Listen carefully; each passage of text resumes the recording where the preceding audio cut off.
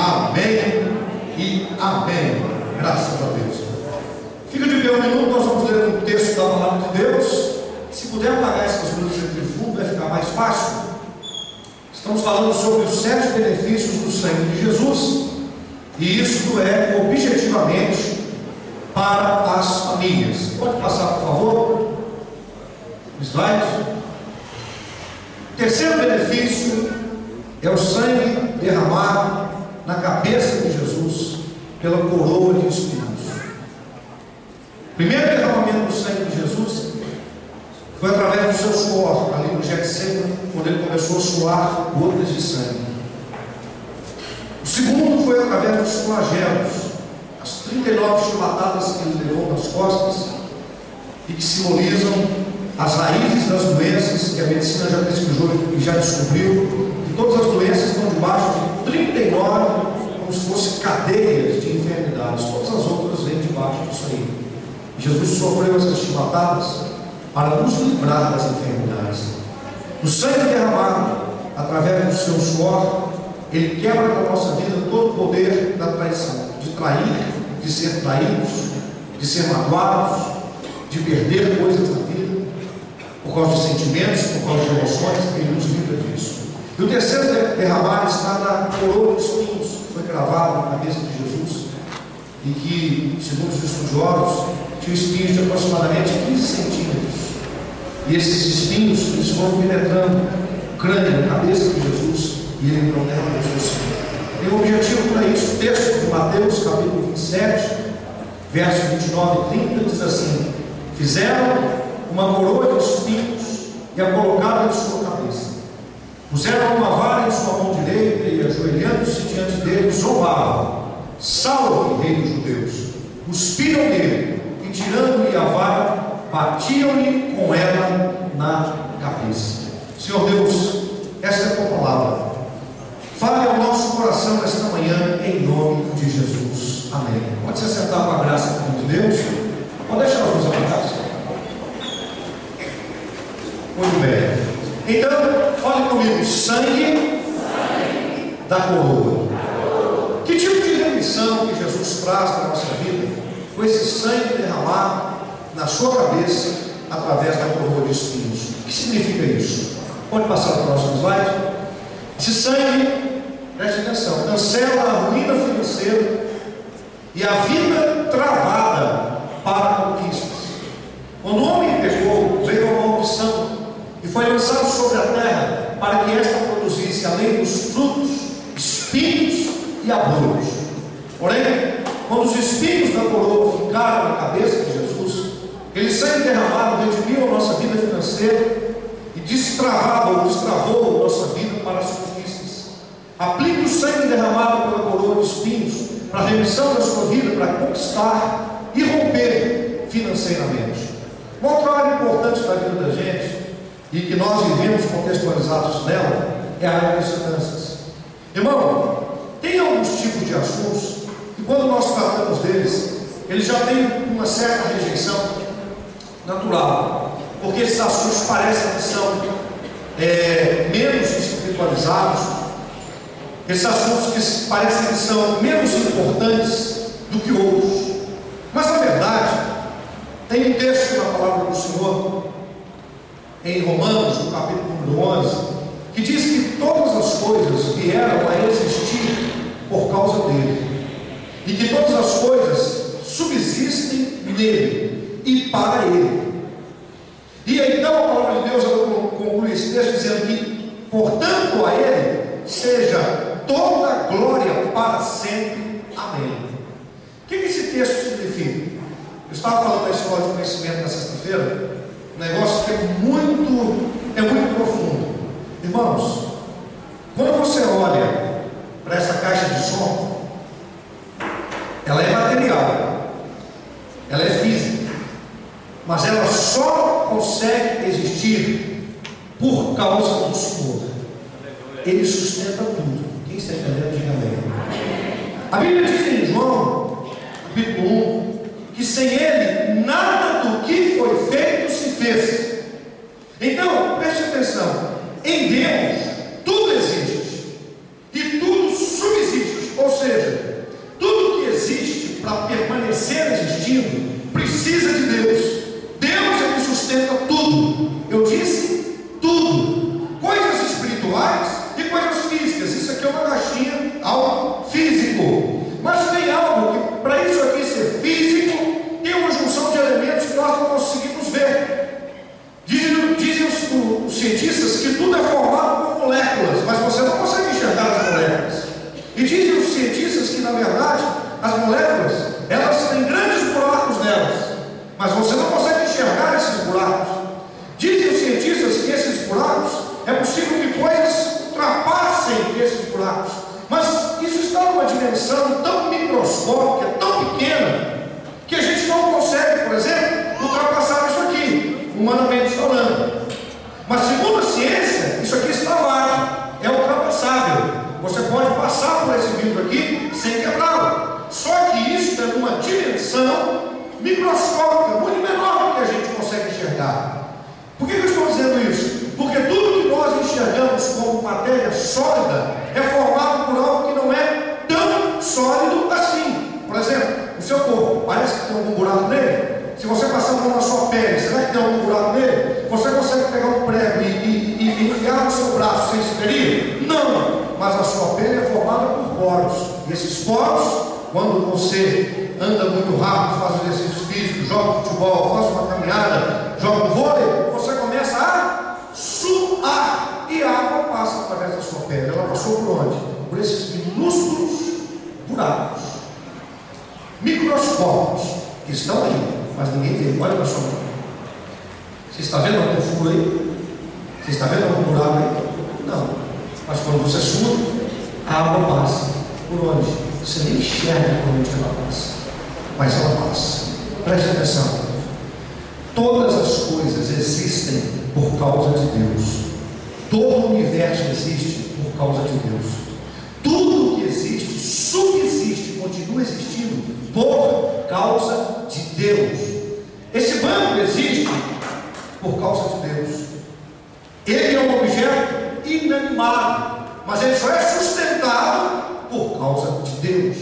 Se você olhar para todas as coisas que estão à sua volta, físicas, materiais, essa caixa, ventiladores, essas lâmpadas, tudo existe e subsiste por causa de Deus. Quem está entendendo? Satanás pode passar andando, rebolando na rua e dizendo: eu sou Satanás, eu sou poderoso, mas até Satanás só subsiste por causa do Senhor. Você pode falar: pastor, mas isso é muito sério, significa que Deus está sustentando Satanás para fazer tudo que não presta? Não é isso que eu estou dizendo, mas significa que ele não tem poder para existir se esse poder não vier de Deus. Pastor, então me mostra isso na Bíblia. É por isso que em Apocalipse está escrito que um dia todo joelho se dobrará e toda língua confessará que Jesus Cristo é o Senhor. Um dia Satanás e todos os demônios estarão de joelhos e eles estarão olhando para Jesus assentado no trono e eles vão dizer assim: ó, Ele é o Senhor. O cientista que diz assim: Deus não existe por causa da minha teoria e não sei o quê, o cientista que diz isso só existe porque Deus está mantendo a existência dele. O ateu que está falando assim: Deus não existe, só existe porque Deus está mantendo a sua existência. O satanista que agora está prestando culto para Satanás e oferecendo um sacrifício para ele só consegue prestar esse culto porque ele depende de Deus para poder existir. Tudo existe por causa dele. Tudo continua existindo porque ele sustenta. E tudo é dele. Quem está entendendo, diga amém. Se a gente faz uma coisa de boa, por isso que a Bíblia diz assim: olha, servo, depois que você fizer tudo, você fizer todas as coisas, você deve ser um servo inútil. Você fala: mas por quê? Porque é Deus que te sustenta. Quem está entendendo, diga amém. Se você faz alguma coisa boa, é porque Deus sustenta você. É a mão de Deus que está na sua vida. E esse Deus tão maravilhoso, irmãos. Às vezes a gente só consegue enxergar Deus do ponto de vista dentro da igreja. Ah, não, eu sirvo meu Deus e tal, e ele é meu Deus, e tem o Deus do outro, e tem o capeta, e tem. Tudo é sustentado por Deus. nada existe sem Ele. Por isso que quando você fala assim, demônios, saiam no nome de Jesus, eles têm que sair. Porque Deus é a sustentação de tudo. Isso é poderoso demais, meu irmão. Você vê um carro andando na rua, não, mas que carro bonito, esse carro é demais. Só existe por causa de Deus. Só é sustentado por causa de Deus. Objetos animados, objetos inanimados, coisas aparentemente sólidas e coisas, podemos chamar de espirituais, que a gente não consegue enxergar. Absolutamente tudo só existe por causa de Deus. Só continua existindo por causa de Deus. Quem está entendendo, diga amém. Amém. Por isso, nós precisamos conhecer o Senhor. Conhecer o Senhor. Quando você olha para esta terra, ela só existe por causa do Senhor.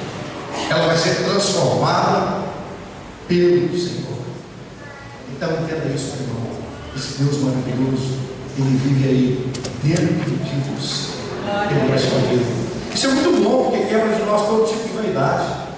Olha a palavra de Deus, olha a inteligência que eu tive. Tudo vem de Deus.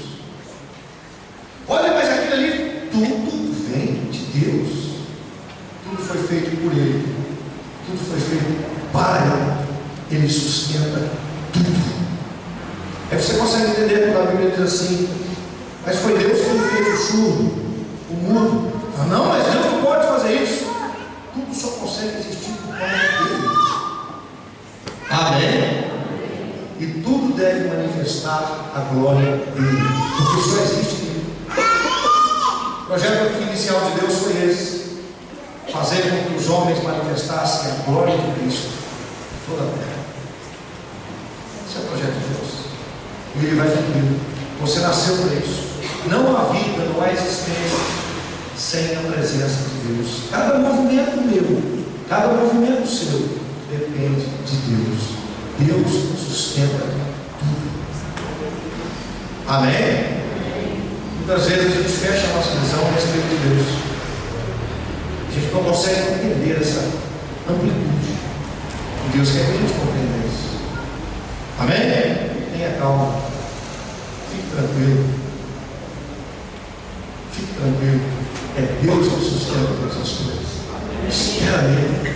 Aguarda nele. É Deus que sustenta todas as coisas. Vai em direção a Ele. É Ele que sustenta todas as coisas.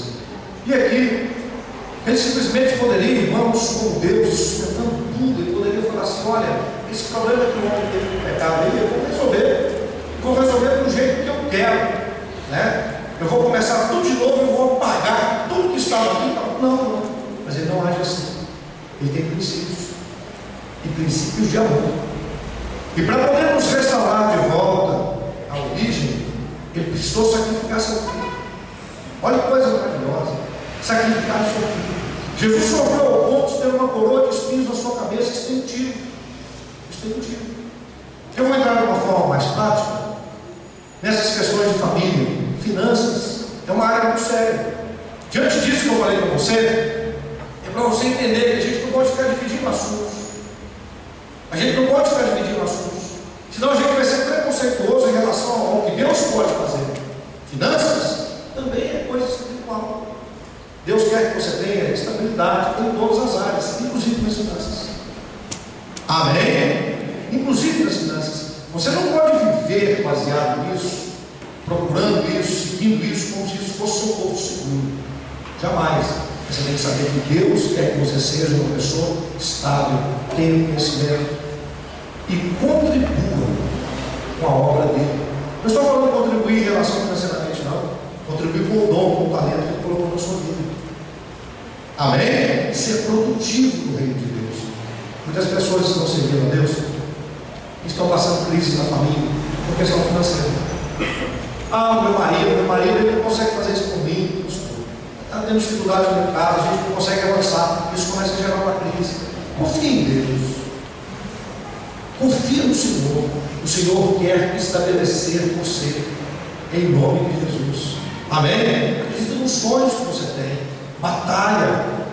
Não tem nada impossível Não tem nada que você não possa fazer. Acredita nos objetivos de Deus na sua vida.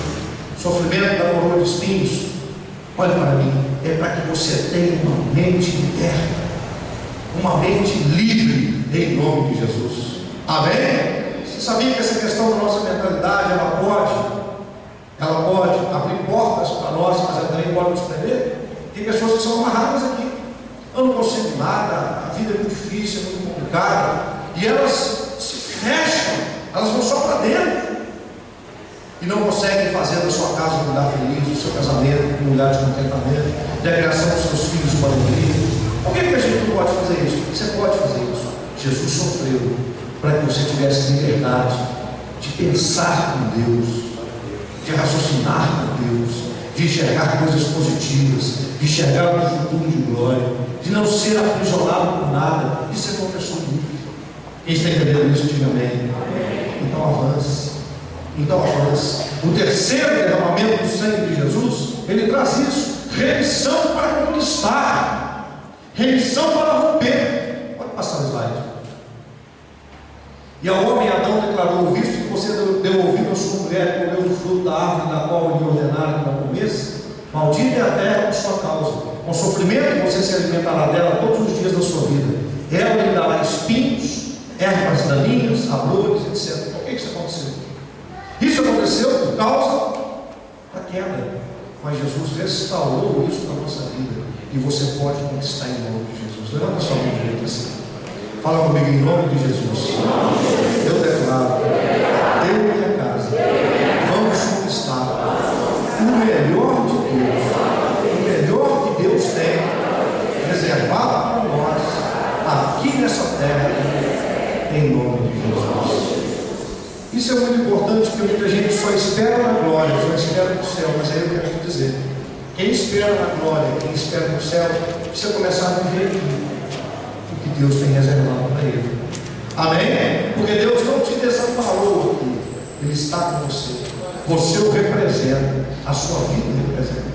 Quando as pessoas olham para nós, a gente fala assim: eu sou cristão, e as pessoas olham para nós, elas querem ver o conjunto da obra de Deus na nossa vida. E a bênção de Deus não é em uma área ou outra, é em todas as áreas da nossa vida, em nome de Jesus. Amém? Confie no Senhor. Pode passar o próximo slide. Nós já estamos. Essa é uma imagem do filme, né? A coroa de espinhos ali na cabeça de Jesus. Pode passar. Seu sofrimento ali, o sujeito está batendo naquela coroa ali, para ele entranhar na cabeça de Jesus. Pode passar. A gente já terminou essa parte. Quem entendeu, diga amém. Agora, nesta manhã, eu quero continuar falando com você sobre uma restauração que é necessário acontecer na nossa casa e na nossa família. Uma restauração que durante a história da humanidade ela foi completamente perdida. Os homens a perderam durante a história da humanidade. E essa restauração ela tem que acontecer dentro da nossa casa. Fala, dentro da nossa casa. Fala comigo: restaurando o altar de Deus em nossos lares.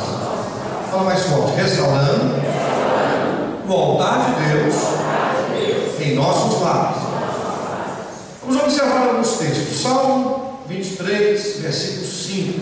Davi está dizendo assim, o famoso Salmo 23, que começa: o Senhor é meu pastor e nada me faltará. No verso 5 ele diz assim: preparas uma mesa, fala comigo, mesa, perante mim na presença dos meus inimigos, unges a minha cabeça com óleo, meu cálice transborda.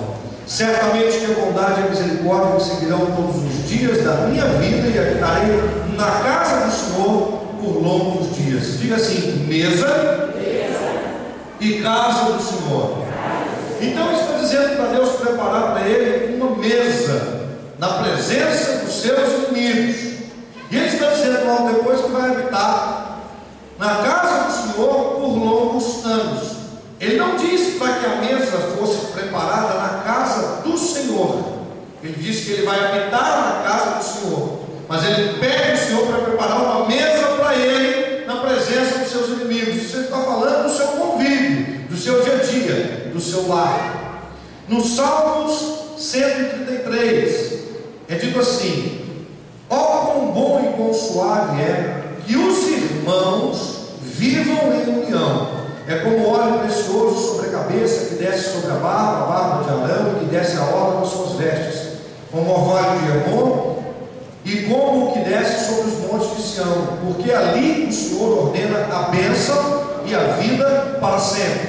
Diga assim: viver em união provoca a ordem de Deus, a ordenação de Deus para a vida para sempre, para a bênção para sempre. Então diga: união traz a bênção de Deus. Em Apocalipse 3:20, Jesus falando com a igreja de Sardes, ele diz assim: eis que estou à porta e bato. Se alguém ouvir a minha voz e abrir a porta, entrarei em sua casa e com ele cearei, e ele comigo. Fala, cear. Diga, sentar-se à mesa. Interessante que diante da igreja de Sardes, ele diz que está à porta batendo, e ele diz uma outra coisa: se alguém ouvir a minha voz. Interessante que Jesus está fora dessa igreja, ele está lá de fora, batendo na porta, e está difícil de ser ouvido. Ele diz: se alguém ouvir, o pessoal lá dentro está fazendo um monte de coisa, e é a igreja, mas não está escutando. A porta dessa igreja está fechada, e ele está do lado de fora batendo, e o pessoal que está dentro não está escutando, não. Ele diz: se alguém ouvir, abra a porta, aí eu vou entrar na sua casa e vou cear, fala comigo, mesa. Diga, restauração da presença de Deus. Em Lucas capítulo 24, no versículo número 30, logo depois que Jesus ressuscitou e as mulheres o viram ressuscitar no túmulo e o anjo anunciou sobre sua ressurreição, tem dois discípulos que estão voltando de Jerusalém e indo para a cidade de Emaús, fazendo um caminho de volta, desesperados, angustiados, entristecidos. Isso porque eles imaginavam assim: nosso mestre morreu, crucificado, acabou o nosso sonho. Aí Jesus aparece andando juntamente com eles e pergunta para eles: o que vocês estão conversando? Quais são as últimas notícias? E aí eles vão e dizem assim: o nosso mestre morreu, será que você é o único morador de Jerusalém que não sabe disso? Jesus foi crucificado. E aí ele andando juntamente com eles não percebem. A Bíblia diz que os olhos deles estavam fechados por causa da tristeza, da angústia. Os olhos deles estavam fechados e eles não conseguiam enxergar. E aí ele vira e começa a expor a escritura para eles e ensiná-los tudo aquilo que deveria acontecer. E chega até o povoado de Emaús e ele vai continuar a sua caminhada. E eles dizem assim: olha, fica conosco, vem cá jantar com a gente. Vem se sentar onde? E quando Jesus parte o pão, eles conhecem: é Jesus. E ele desaparece. E eles falam assim: não é certo que o nosso coração estava queimando quando ele falava conosco. Ele restaura a vida deles. A conclusão da restauração da vida deles acontece na mesa, numa casa. Não tinha nem igreja naquele tempo, tinha sinagoga. A igreja não se reunia em termos de sinagoga. Aí eles saem de Emaús e voltam para Jerusalém renovados. E chegam na casa onde os discípulos estavam escondidos e falam assim: nós somos o mestre, ele falou conosco e tal. Aí ele aparece com eles, fala: paz seja convosco. Mas a primeira aparição dele, quando ele aparece, as mulheres vão ao encontro dele. Mas a primeira aparição dele, onde ele vai ao encontro de alguém, ele vai no caminho, encontra com dois discípulos e vai sentar-se à mesa, depois de ressuscitado. E antes de morrer, ele vira para os discípulos e fala o seguinte: olha, vão preparar a ceia para mim. Já tem um lugar reservado em uma casa, e está tudo pronto. E ele se assenta numa mesa e celebra a ceia, e ele faz a nova e eterna aliança no seu sangue, sentado numa mesa, numa casa. Quem está entendendo, diga amém. E quando a igreja subir para a glória e acontecer as bodas do Cordeiro, o Cordeiro vai cear com a igreja. Aleluia. Não numa igreja, porque a igreja vai ser a noiva, mas na casa de Deus. E ele disse que enquanto nós estivermos aqui, ele falou assim: eu vou, mas vou preparar-vos lugar, para que onde eu estiver, estejais vós também. E a Bíblia fala que ele foi construir mansões celestiais, aonde você vai morar, casa, aonde vai ter mesa, e aonde você vai se alimentar. Quem está entendendo, diga amém. E Paulo, em 1 Coríntios capítulo 11, ele chama a ceia de mesa do Senhor. Fala comigo, restaurando o altar de Deus em nossos lares. Na sua casa, assim como na igreja tem um altar, assim como na igreja tem um púlpito, que não deixa de ser uma mesa. Daqui dessa mesa sai o alimento. A gente coloca na mesa, alimento. Daqui dessa mesa sai o alimento de Deus para o seu povo. Na sua casa também tem um altar. O altar é o lugar onde fica a mesa. E o púlpito da sua casa é a mesa da sua casa. Por quê? Porque comer na Bíblia tem um significado muito grande. Comer na Bíblia significa o seguinte: você só come, só se alimenta com quem você tem comunhão. Biblicamente é isso. Se você não tiver comunhão, não tiver diferença com alguém, você não pode se sentar na mesa com essa pessoa para poder comer antes de resolver o problema. Por isso, quando Jesus ele vai à igreja de Sardes, ele diz assim: se alguém ouvir a minha voz e abrir a porta, eu vou entrar, cear com ele e ele comigo. Quando ele diz que vai cear, ele está se propondo, está dizendo assim: eu estou sempre aberto para estar em comunhão com você. Por isso que a ceia é símbolo de comunhão. No símbolo da comunhão a gente come o pão e bebe o cálice. Porque comer para Deus, comer na Bíblia, significa acertar as coisas. Quem está entendendo, diga amém. Quando um judeu ele resolve sentar-se com alguém que ele tem alguma pendência para poder comer, significa que ele está disposto a resolver. Quem está entendendo, diga amém. Eles podem até começar comendo. Eles vão comendo, conversando e resolvendo. Comendo, conversando e resolvendo. Até que no final esteja tudo resolvido e eles cearam juntos. Porque alimento é vida. Alimento é símbolo de vida. Quem está entendendo, diga amém. Por isso Jesus, olhando para ele, disse: o meu corpo é verdadeiramente comida, e o meu sangue é verdadeiramente bebida. É por isso que ele pegou o corpo e disse: isto é o meu corpo. E ele diz: isto é o meu sangue. E até hoje nós celebramos isso na presença dele, porque é vida, é comunhão, é restauração, é renovo. Você tem um altar na sua casa, e você tem um culto na sua casa, a mesa da sua casa. Falando em estatística, coisas que são assim muito importantes: 25% dos lares na Inglaterra não tem mais mesa de jantar. 25%, um quarto de todos os lares não usa mais mesa de jantar. As pessoas não se sentam à mesa para poder comer. 40% dos lares brasileiros não comem juntos, não jantam juntos em nenhum dos dias da semana: segunda, terça, quarta, quinta, sexta, sábado e domingo. E 70% das famílias no mundo fazem refeições em frente à televisão. 70% das famílias do mundo fazem refeições em frente à TV. Satanás tem projetos. Ele quer separar as famílias, separar o marido da mulher, a mulher do marido, os pais dos filhos e os filhos dos pais. Satanás quer distanciar as pessoas. Ele quer quebrar a comunhão uns com os outros e com Deus dentro dos lares. A obra de Satanás é rebelião, é se levantar contra. Para que Satanás reine, ele precisa tentar impedir que os reis reais reinem.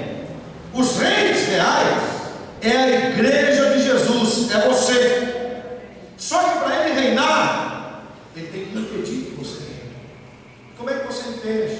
Reino, desestabilizando as famílias reais, desestabilizando, tirando a estabilidade da família. E como é que você faz isso? Colocando divisões dentro de casa.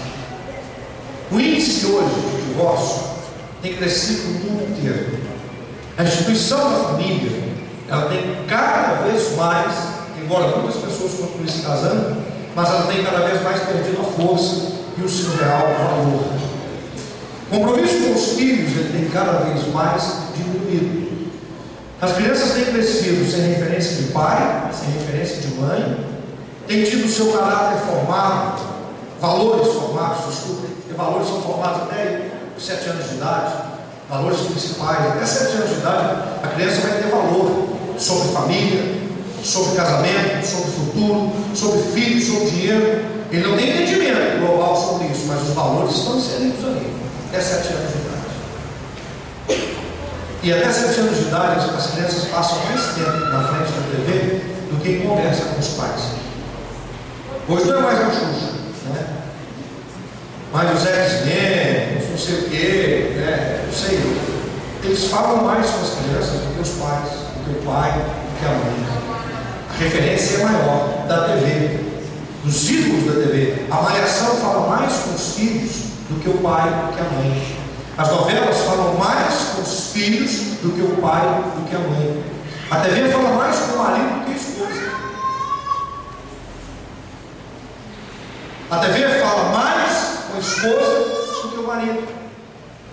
O que passa na televisão, a palavra que passa na TV, entra mais no ouvido do casal e dos filhos do que a própria família conversa e interage entre si.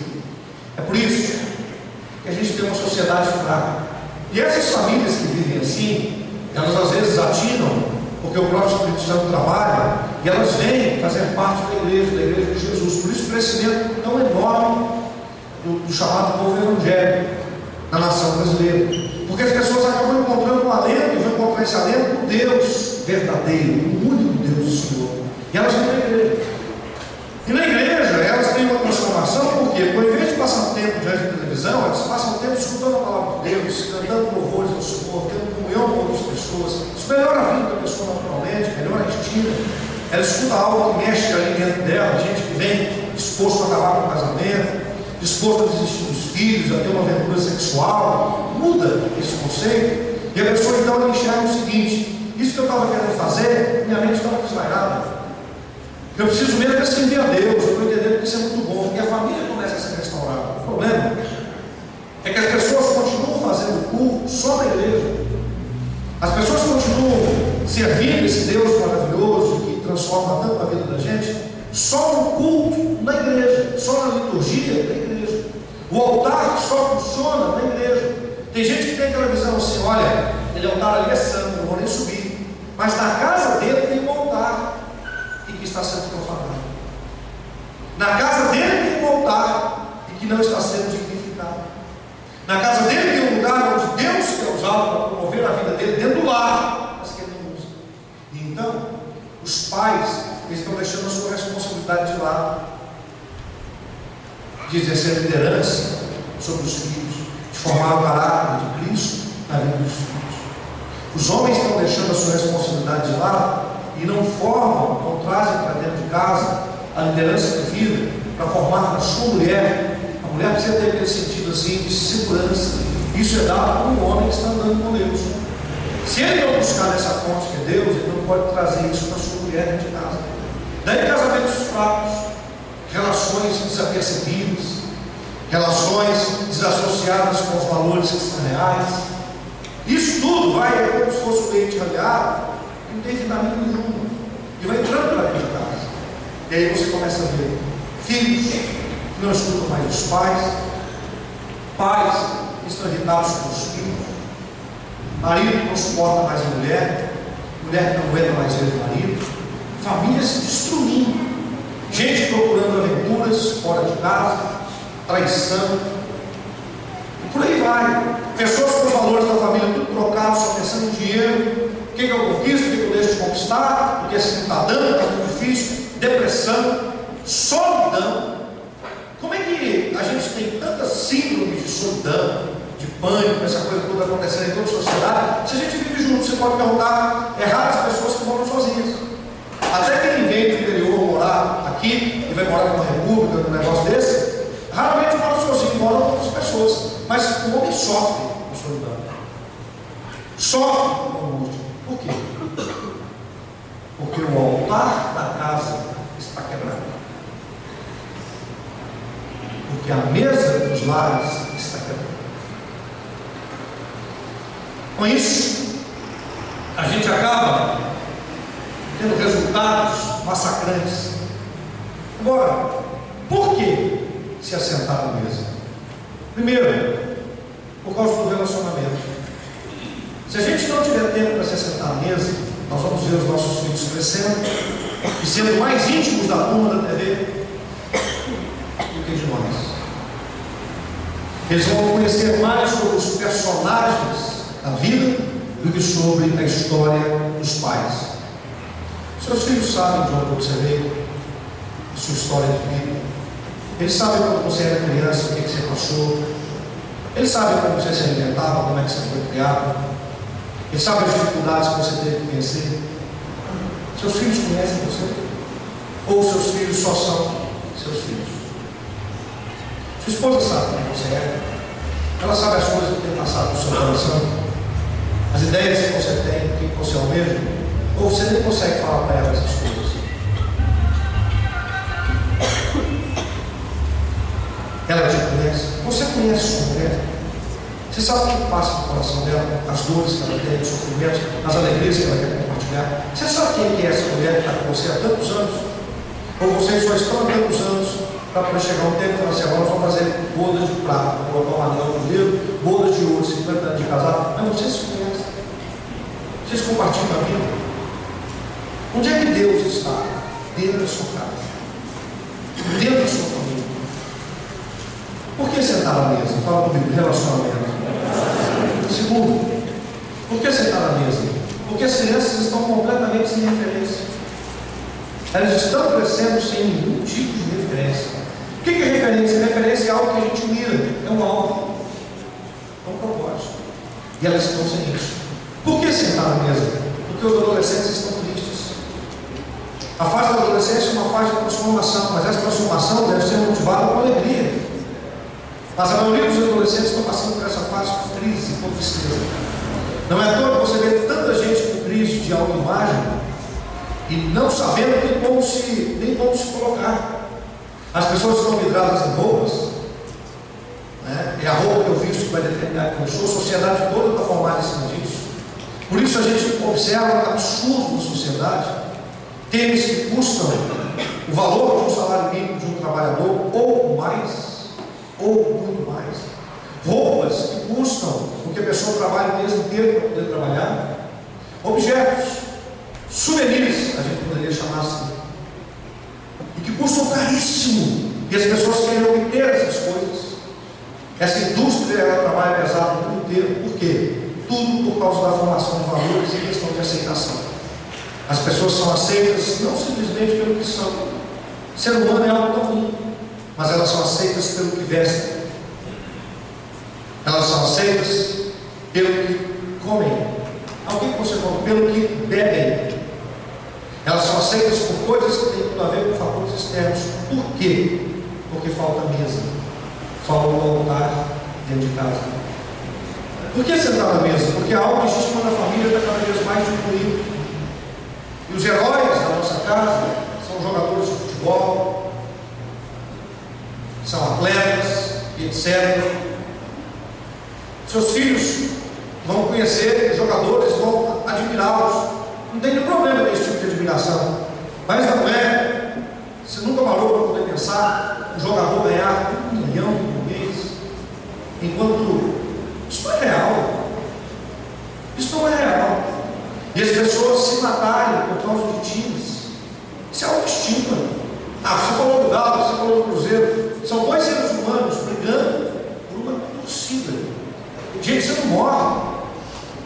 Um extremo de violência é terrível, onde homens, seres humanos, nós estamos falando de animais, seres humanos, juntam 10, 20 para poder pegar um por causa de uma camisa, por causa de uma bandeira. Isso é problema de autoestima. Isso é problema de autoestima. O homem está dividido porque falta mesa. O altar da casa está quebrado. Por que sentar na mesa? Porque o culto não é só na igreja. O culto na igreja é a celebração dos santos. Mas a minha casa precisa ser um lugar de culto. meus filhos precisam ter uma referência de Deus na minha vida e na vida da minha mulher. Por que sentar à mesa? Porque o culto começou na igreja. Ele tem que entrar dentro da minha casa. Por que sentar à mesa? Porque é um projeto divino. Onde há união, Deus derrama a sua bênção. Onde há união, o Senhor, Ele resolve as inimizades. Onde há união, Jesus não está do lado de fora batendo, Ele está do lado de dentro consertando. Onde há união, a revelação, a abertura dos olhos e a tristeza, ela é quebrada. Onde há mesa. É nossa responsabilidade, como chefes de família, o pai ou a mãe da família que fala com o pai.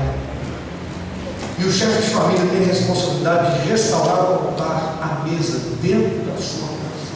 Glória a Deus. Esta manhã, o Senhor Deus vem a nós, para que a gente leve algo para dentro da nossa casa e restaure a nossa vida. Deus nos ama, igreja. E o que Deus vai fazer na nossa vida é tão grande que a gente nem consegue imaginar. Esta manhã é uma manhã de voltar. Eu quero fazer um desafio a todos vocês que estão aqui nesse terceiro domingo voltado para a família. E o desafio é restaurar o altar que está quebrado no seu lar e levar a bênção de Deus para dentro da sua casa. Talvez você não consiga almoçar com a sua família na segunda, terça, quarta, quinta, sexta e sábado, você está trabalhando.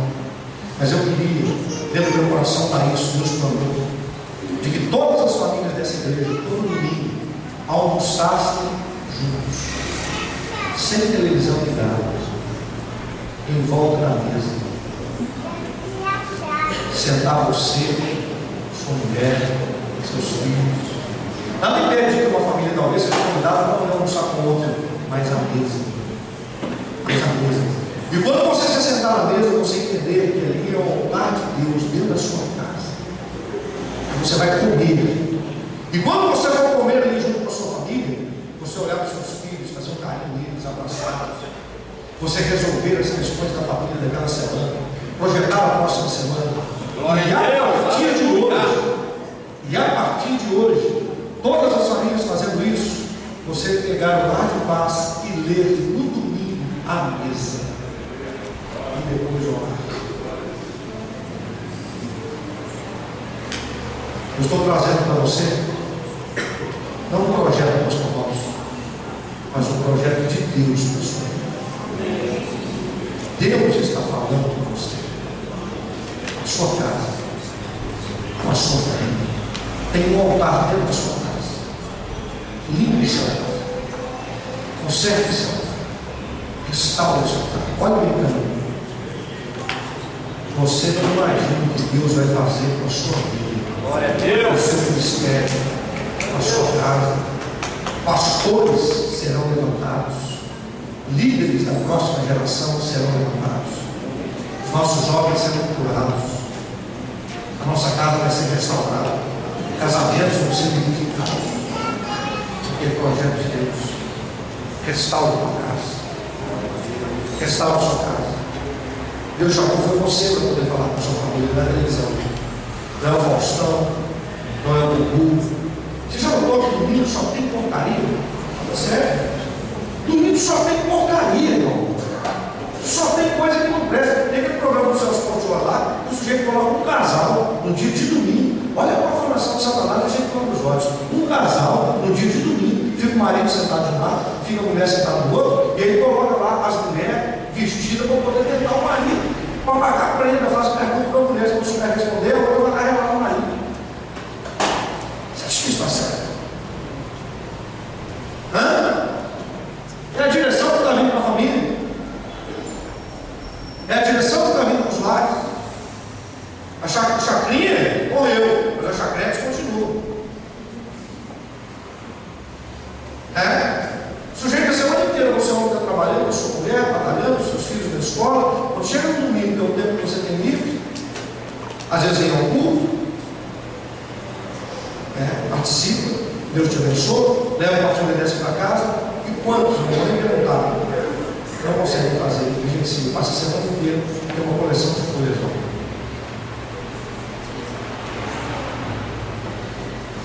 é necessário restaurar o altar da nossa casa. E fazer um propósito. Minha casa, no meu lar, é um lar de paz. Deus habita na minha casa.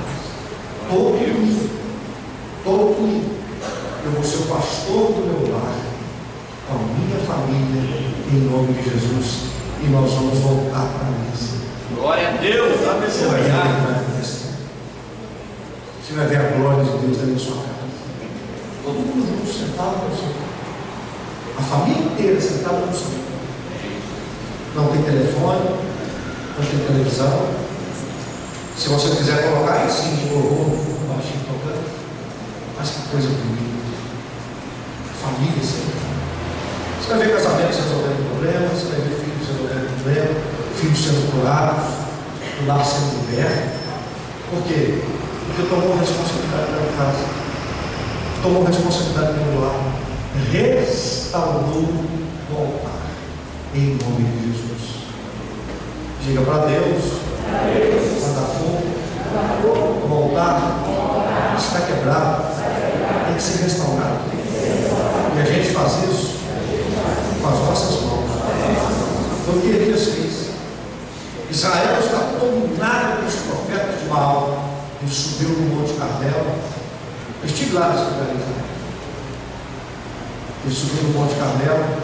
Depois que os profetas de Baal fizeram a bagunça, todo mundo viu Elias pegando as pedras do altar de Deus que estavam espalhadas, eu fico imaginando isso, e colocando as pedras no lugar, carregando pedra pesada, todo mundo olhando. O que ele vai fazer? E ele pegando as pedras sozinho e colocando as pedras no lugar e refazendo o altar, a mesa. Glória a Deus. Aí ele colocou no altar, preparou tudo ali no altar, colocou o sacrifício no altar, fez uma vala em volta do altar, disse assim: está tendo falta de água, agora vocês vão trazer água. Eles trouxeram 4 porções e foi derramado o sacrifício, foi encharcado de água, e em volta do reino foi cheio de água. E aí ele falou com Deus, o altar estava pronto, e o fogo desceu do céu. Aleluia. Esse fogo é a presença do Espírito Santo. Olha para mim, fogo não desce. Se você colocar fogo aqui nesse papel, a tendência do fogo é subir e não descer. Preste atenção, fogo não desce. Fogo só sobe. Mas qualquer fogo só sobe até onde está o fogo de Deus. Porque nada ultrapassa o Senhor. E Deus é aquele que envia fogo que desce. Glória a Deus. Que desce para encher o seu fogo. Mas nós temos que restaurar o altar da nossa casa. Não é o anjo que vai fazer isso, não é seu filho que vai fazer isso, você é chefe de família que está aqui, não é sua mulher, você é mulher que está aqui e o seu marido não vem com você. Restaura o altar da sua casa. Chama o seu marido, conversa com ele sobre o que você escutou aqui. Esta manhã eu quero fazer esse desafio para você. Todo santo domingo você vai estar junto com a sua família, em volta da mesa. E o dia que eu for almoçar fora, pastor, no domingo, você vai com a sua família, senta todo mundo lá, no local onde você está junto, leve essa folha e leia onde você estiver. E restaure o altar da sua casa. Restaure a sua família. Em nome de Jesus. Diga: culto não é só aqui na igreja.